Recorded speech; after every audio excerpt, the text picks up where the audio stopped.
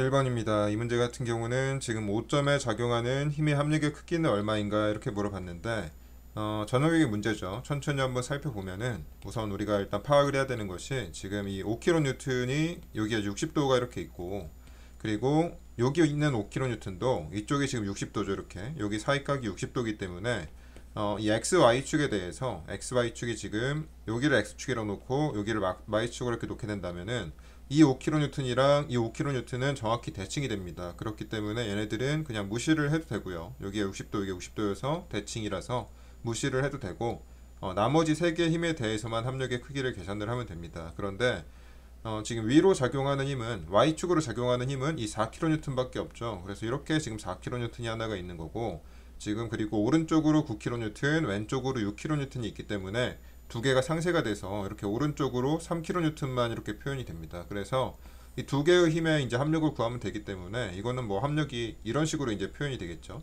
합력이 얘가 이제 합력이 될 텐데, 뭐 얘의 합력을 우리가 F라고 둔다면은 그냥 3의 제곱 플러스 4의 제곱 이렇게 하면 되겠죠. 그래서 답은 5kN이기 때문에 4번입니다. 2번입니다. 2번은 지금 그림과 같은 단면에서 X축으로부터 도심 G까지의 거리 Y0를 구하라고 했고요. X축은 지금 여기 있고 지금 Y0 얘를 구하라고 했죠. 그래서 우리가 도심을 구하기 위해서는 먼저 단면적의 B를 구해야 된다고 했습니다. 그렇기 때문에 이 Y0를 구하기 위해서 단면을 이렇게 쪼개를 보겠습니다. 여기를 1번이라고 하고 얘를 1번, 얘를 2번으로 이렇게 한번 해보겠습니다. 그럼 1번의 단면적은 얼마가 되냐면은 B 곱하기 6H가 되겠죠. 5H 더하기 H니까 6H라서 얘는 6BH가 될 거고, 그리고 2번 같은 경우는 여기가 5B인데 이만큼이 B이기 때문에 4B겠죠. 그리고 여기는 H니까 H를 곱하면 4BH가 될 겁니다. 그래서 1번과 2번의 단면적 B를 쓰라 그러면은 3대 2가 되겠죠. 단면적 B가. 그러면 Y0는 어떻게 구하느냐? 간단하게 우리가 풀면 되겠죠. 단면적 B가 3대 2니까 3 플러스 2를 분모에다 쓰고, 3이 지금 1번 단면적인데 X축으로부터 지금 도심 거리가 얼마냐면은 6H의 절반이니까 3H가 되겠죠. 이만큼 일단 곱해줘야 되는 거고, 그리고 여기는 2에다가 2번 단면적은 지금 여기서부터 여기까지가 6H고 여기서부터 지금 0.5H가 빠져야 되죠. 도심까지 거리는. 그렇기 때문에 5.5H가 될 겁니다. 그래서 이걸 풀게 되면은 5분의 여기는 9H가 되고 얘는 11H가 되죠. 그렇기 때문에 얘는 5분의 20H라서 4H가 나오게 됩니다. 그래서 답은 3번입니다. 3번은 지금 도형 지금 빗금친 도형에 대해서 X축에 대한 회전 반지름을 구하라고 했는데, 회전 반지름이라는 것은 우리가 R이라고 쓰고 루트 A분의 I 이렇게 표현을 하게 되죠. 그래서 이 색칠한 단면적의 단면적과 단면이차 모멘트를 구하면 됩니다. 그래서 먼저 단면적부터 구하게 되면은 먼저 전체 사각형이 지금 2 곱하기 2고, 여기서 지금 흰색 사각형을 빼줘야 되니까 2 곱하기 2의 제곱이 아니고 2 곱하기 2죠. 여기서 흰색 사각형을 빼주면 되니까 1의 제곱을 빼줘서 3cm 제곱이라는 것을 알 수가 있고요. 그리고 X축에 대한 단면이차 모멘트를 구하게 되면 먼저 일단 이렇게 안 뚫려 있다고 생각을 하고 단면이차 모멘트를 구하면은 3분의 BH 3승이라는 공식을 이용을 하면 되겠죠. 그래서 3분의 2 곱하기 2의 3승에서 흰색을 빼야 되니까 3분의 여기도 마찬가지로 BH 3승인데 1 곱하기 1의 3승 이렇게 되겠죠. 그러면은 앞에 게 3분의 16에서 뒤에 게 3분의 1을 빼니까 3분의 15cm 4승이 될 겁니다. 그래서 이 값을 그냥 여기다가 바로 대입을 하면 답이 나오겠죠. 그래서 루트 A가 지금 3이고 여기는 3분의 15니까 이거를 정리를 하게 되면은 9분의 15가 나오겠죠. 그래서 이걸 풀면은 3분의 루트 15가 나옵니다. 그래서 답은 4번입니다. 4번은 지금 이렇게 내민부가 있는데 조건이 뭐냐면 B점에서 수직 반력의 크기가 0일 때라고 했습니다. 그러니까 여기에 지금 반력이 있는데, 여기 B점 반력이 있는데 얘가 지금 0이라는 조건이 있죠. 이때 P2를 구하라고 했습니다. 여기 P2가 이제 미지수가 되는데, 지금 B점의 반력이 0이니까 A점에서 바로 우리가 모멘트 평형을 잡으면 되겠죠. A점을 기준으로. 물론 여기 지금 이렇게 수직 반력과 수평 반력이 있겠지만 여기를 기준점으로 잡으면 모멘트 8이 0이라서 모멘트 평형 방정식의 표현이 안 되기 때문에 A점을 기준점으로 해가지고 우리가 모멘트 평형식을 한번 잡아보겠습니다. 이렇게 모멘트를 A점을 기준으로 이렇게 평형 방정식을 잡으면은 항상 미지수를 먼저 쓰라고 했습니다. 그러면은 P2 곱하기 12m의 모멘트 파를 갖게 되고요. 그리고 여기에 지금 60kN이 반대로 돌아가니까 마이너스를 써줘야 되는 거고, 그리고 모멘트 팔은 4m가 되겠죠. 그리고 얘는 0이니까 더 이상 표현될 힘이 없습니다. 그래서 이게 는 0이다 라고 놓고 풀면 되겠죠. 그럼 앞에 게 12P2가 되고 뒤에는 240kN이 되니까 이걸 풀게 되면은 P2는 20kN이라는 것이 나옵니다. 그래서 답은 1번입니다. 5번입니다. 이 문제는 지금 하중을 받는 캔틀레버가 있는데 지금 뭘 구하라 그랬냐면 B점의 수직 변이의 크기를 구하라고 했습니다. 그래서 뭐 뒤에는 2i분의 PL 3승인데 앞에 이제 상수 C1만 구하면 되겠죠. 그런데 하중이 지금 이쪽에 작용을 하고 있기 때문에 이 구조의 변형 형상을 한번 생각을 해보면 얘는 이쪽 안쪽은 지금 이 P에 의해서 모멘트가 발생을 하기 때문에 이렇게 휠 겁니다. 이렇게 휘는데 뒤에 부분은 지금 하중이 없기 때문에 뒤에 부분은 이렇게 직선을 유지를 하게 됩니다. 그래서 여기는 직선 부분이고 여기는 이제 휘는 부분이겠죠. 그래서 우리가 B점의 처짐을 구하려면 두 가지 부분으로 우리가 구분을 해야 되는데 얘를 이렇게 수평선을 긋게 되면은 B점의 처짐은 이렇게 델타 1과 델타 2로 우리가 구분을 할 수가 있습니다. 그런데 델타 1은 우리가 쉽게 계산을 할 수가 있겠죠. 이 델타 1은 여기랑 똑같으니까 여기 우리가 델타 1 어떻게 구하는 거냐면 여기 이제 P가 이렇게 작용을 할 때 여기가 3분의 2L이고 이 끝점에 지금 이 처짐이 델타 1이 되는 거겠죠. 그림에서 보면. 그래서 델타 1은 공식으로 바로 계산을 합니다. 3이하이분의 PL 3승이겠죠. 그래서 3이하이분의 P의 3분의 2L의 3승이 됩니다. 그래서 이게 일단 첫 번째로 필요한 델타 1이 되는 거고, 그럼 델타 2를 또 구해야 되는데 델타 2는 어떻게 구하냐면은 지금 이 뒷부분이 직선이라고 했죠. 그렇기 때문에 여기를 우리가 세타라고 한다면 델타 2는 세타 곱하기 3분의 L로 우리가 계산을 할 수가 있습니다. 뒷부분이 직선이기 때문에.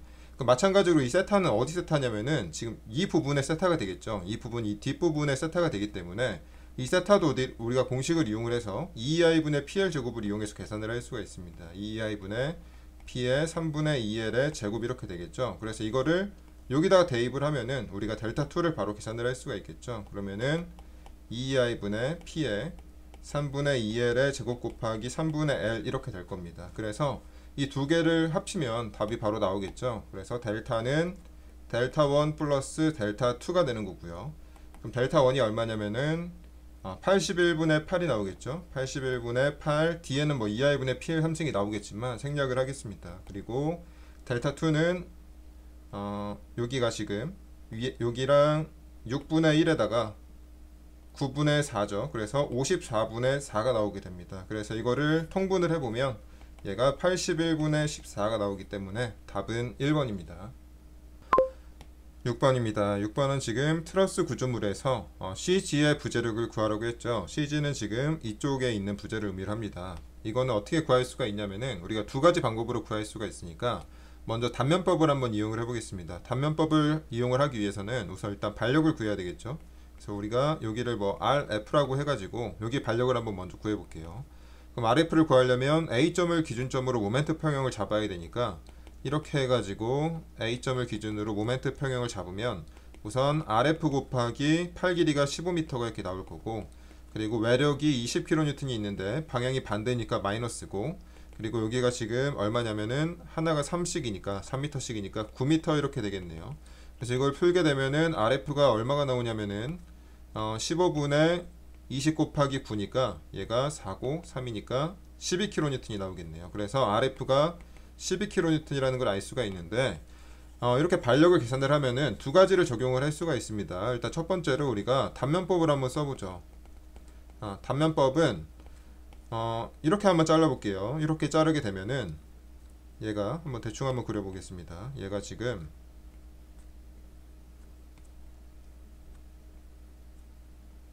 이렇게 있고 이렇게 있고 여기 지금 12kN 이렇게 있는 거죠.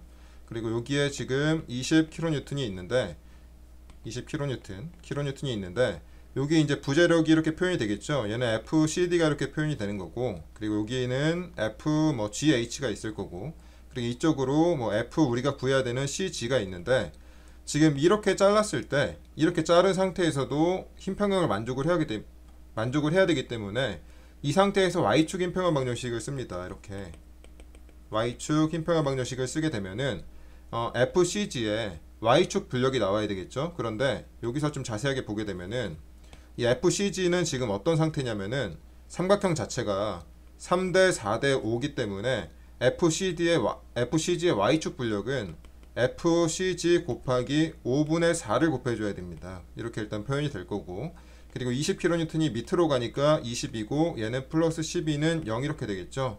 그래서 이거를 풀게 되면은 FCG 곱하기 5분의 4가 있고 이거는 8 이렇게 나오겠죠. 그래서 얘를 4분의 5를 이쪽으로 이렇게 넘기게 되면은 10 이렇게 나오겠네요. 그래서 답이 2번이라는 것을 이렇게 계산을 할 수도 있고, 근데 단면법에 익숙하지 않은 학생들은 그냥 우리가 풀듯이 절전법을 이용을 해도 됩니다. 절전법은 어떻게 쓰는 거냐면은 그냥 바로 한번 적용을 한번 해보죠. 단면법 말고 우리가 절전법을 한번 해보겠습니다. 절전법도 마찬가지로 일단 얘가 12kN이라는 것은 알아야 됩니다. 그런데 여기다 이제 바로 쓰는 거죠. 절전법은 한 점 한 점에서 힘평형 방정식을 만족을 해야 되니까 우선 F점에서 보게 되면은 12가 위로 지금 올리죠. 그렇기 때문에 얘는 밑으로 이렇게 12가 내려줘야 되는 거고, 그렇지만 얘는 일단 짝을 맞춰줘야 되니까 얘가 여기면 얘는 위로 이렇게 올라가야 되죠. 항상 이렇게가 한 쌍이라 그랬습니다. 그리고 또 이 점에서 보게 되면은 이 점에서 보게 되면 얘가 12가 위로 올리니까 얘는 일단 밑으로 내려야 되는 거고, 그리고 마찬가지로 얘가 짝을 맞춰줘야 되는 거고, 그리고 여기가 또 12가 나와야 되겠죠. 그런데 삼각형 자체가 지금 3대 4대 5기 때문에 여기가 12면은 여기가 9라는 것을 알 수가 있습니다. 여기가 4고 여기가 3이니까 얘를 3배씩 해줘야 되겠죠, 얘네들은. 그래서 여기가 지금 9인데 그 다음에 또 어디서 볼 수가 있냐면은 여기서 봐야 되겠죠. 여기서 또 Y축 힘평형 방정식을 만족을 해야 되는데 모르는 게 지금 두 개가 있습니다. 얘도 모르고 얘도 모르는데, 근데 우리가 얘는 알 수가 있어요. 어떻게 알 수가 있냐면은 여기서 보게 되면은 얘는 영부제가 되겠죠. 그렇기 때문에 이 12라는 힘을 이 점에서 얘가 다 받아줘야 됩니다. 얘가 지금 얘가 위로 12로 올리니까 얘는 밑으로 12로 이렇게 내려야 되겠죠. 여기가 12가 되면 마찬가지로 얘도 3대 4대 5기 때문에 여기가 9라는 것을 알 수가 있고요. 그리고 또 어디서 볼 수가 있냐면은 또 여기 D점에서 보게 되면은 위로 12죠. 그러니까 밑으로 12가 되는 거고, 그리고 또 이 점에서 보게 되면은 위로 12죠. 그리고 얘는 밑으로 20입니다. 그렇기 때문에 얘가 위로 여기를 8로 이렇게 잡아 당겨줘야 되겠죠. 그런데 마찬가지로 여기가 지금 4대 3대 5기 때문에 여기가 8이면은 여기에 이제 FCG의 부재력은 10이라는 것을 알 수가 있습니다. 그렇기 때문에 답은 2번입니다. 절전법은 제가 지금 간단하게 설명을 했는데 제 수업을 많이 들은 학생들은 절전법에 익숙하겠지만은 지금 처음 듣는 학생들은 과정이 너무 많이 생략돼서 무슨 말인지 잘 모르는 학생들도 있을 겁니다. 이거는 이제 이론 강의를 조금 더 보신 다음에 다시 한번 풀이를 보셨으면 좋겠습니다. 7번입니다. 이 문제는 지금 이렇게 양단 고정보가 있고 시점에 이렇게 10kN이 작용을 하는데 문제에서 뭘 구하라 그랬냐면은 시점의 수평 변이가 얼마냐 이렇게 물어봤습니다. 이런 문제는 제가 학생들한테 어떻게 풀라 그랬냐면은 이렇게 형태가 나오면은 무조건 이쪽을 반력을 이렇게 R로 잡으라고 했죠. 그리고 이렇게 R로 잡은 상태에서 부재력을 표현을 하라고 했습니다. 그러면은 이렇게 보게 되면 이 AC 구간의 부재력은 R이 될 거고요. 그리고 이렇게 자르게 되면은 CB 구간의 부재력은 R-10kN 이렇게 될 겁니다. 그런데 이쪽 AC의 부재력이 R이고 CB의 부재력이 R-10이니까 이 힘들에 의해서 AC랑 CB의 변형이 발생을 하겠죠. 그래서 AC의 변형은 얼마냐면은 델타 AC 같은 경우는 델타가 원래 공식이 2A분의 PL 이렇게 되니까 이걸 그냥 그대로 대입을 하면 되겠죠. 그래서 델타 AC는 2가 50GPa이라고 했죠. 여기서 보면은 50GPa이라고 했으니까 50GPa이 나오고 단면적은 같다 그랬으니까 일단 A라고 쓰겠습니다. 그리고 여기 부재력이 R이라 그랬죠. 그리고 여기는 5m 이렇게 나오고, 그리고 BC의 변형도 마찬가지로 2A분의 PL에 그대로 대입을 해보면 여기는 200GPa이라 그랬죠. 그리고 여기는 마찬가지로 A라고 쓰고 여기는 R-10이고 여기는 5m가 나오게 됩니다. 그런데 이 구간의 변형이랑 이 구간의 변형을 합하면 당연히 0이 나와야 되겠죠. 왜냐면은 A, B가 양단 고정이기 때문에 최종적인 변형은 발생을 할 수가 없습니다. 그렇기 때문에 얘네 두 개를 이렇게 더하게 되면은 얘네들은 이렇게 0이 나와야 돼요. 그래서 이거를 풀게 되면은 뭐 A랑 A는 같으니까 날리고 5m, 5m도 날리게 되면은 200을 200기가파스칼을 양변에 곱하면 4R 플러스 R-10 이렇게 나오겠죠. 그래서 이거를 정리를 하면 5R은 10kN이니까 우리가 R은 2kN이라는 것을 계산을 할 수가 있습니다. 그런데 문제에선 뭘 구하라 그랬냐면은 시점의 수평 변이의 크기를 구하라고 했죠. 그래서 이 시점이 지금 어디로 얼만큼 움직이느냐 우리가 계산을 하고 싶은데, 시점이 어디로 움직였냐를 보기 위해서는 그냥 이 AC가 늘어났는지 줄어들었는지 이것만 보면 되겠죠. 그래서 그냥 여기다가 바로 대입을 하면 됩니다. 이게 AC의 변형이니까. 그래서 여기다가 바로 대입을 해보면은 얘가 50기가파스칼이고 A가 500mm 제곱이라고 했네요. 여기 500mm 제곱이 나오는 거고, R은 여기서 계산을 했죠. 그래서 2kN을 이렇게 대입을 하고 여기는 5m 이렇게 하면 되겠죠. 그래서 이걸 정리하면 답입니다. 이걸 어떻게 정리를 하냐면은, 이것도 조금 이제 스킬이 필요한데, 지금 여기가 지금 위에가 킬로뉴턴이 있죠. 그런데 기가파스칼이랑 밀리미터 제곱을 곱하면 킬로뉴턴이기 때문에 얘네들을 이렇게 그냥 다 지울 수가 있습니다. 그래서 이걸 정리를 하게 되면은 일단 5 이렇게 날리고, 그리고 밑에는 5000분의 2m 이렇게 나오겠죠. 그래서 이거를 정리를 하면은 0.4mm라는 것을 알 수가 있습니다. 그래서 답은 2번입니다. 8번입니다. 이 문제는 양단이 고정인 수평 부재에 온도가 이제 델타 T만큼 상승했을 때 40메가파스칼의 추궁력이 발생을 했다면 이때 델타 T는 얼마이냐 이렇게 물어봤습니다. 어쨌든 간에 이렇게 양단 고정이 나오면 무조건 이쪽을 이렇게 R로 잡으라고 했습니다. 그러면은 이쪽을 R로 잡으면은 이렇게 끊으면 이 구간의 부재력 자체가 R이 되겠죠. 그래서 이 R에 의해서 변형이 발생을 할 겁니다. 이 부재력 R에 의한 변형은 우리가 델타는 2A분의 PL이라는 공식을 암기를 해서 이용을 하기 때문에 여기다 바로 대입을 하면 되겠죠. 그러면은 2가 지금 주어졌죠. 그래서 여기가 200기가파스칼이 될 거고, 여기가 200기가파스칼, 이 부재력에 의한 변형을 의미를 하는 겁니다. 그러면은 A가 지금 안 주어졌죠. 그럼 미지수를 이렇게 놓습니다.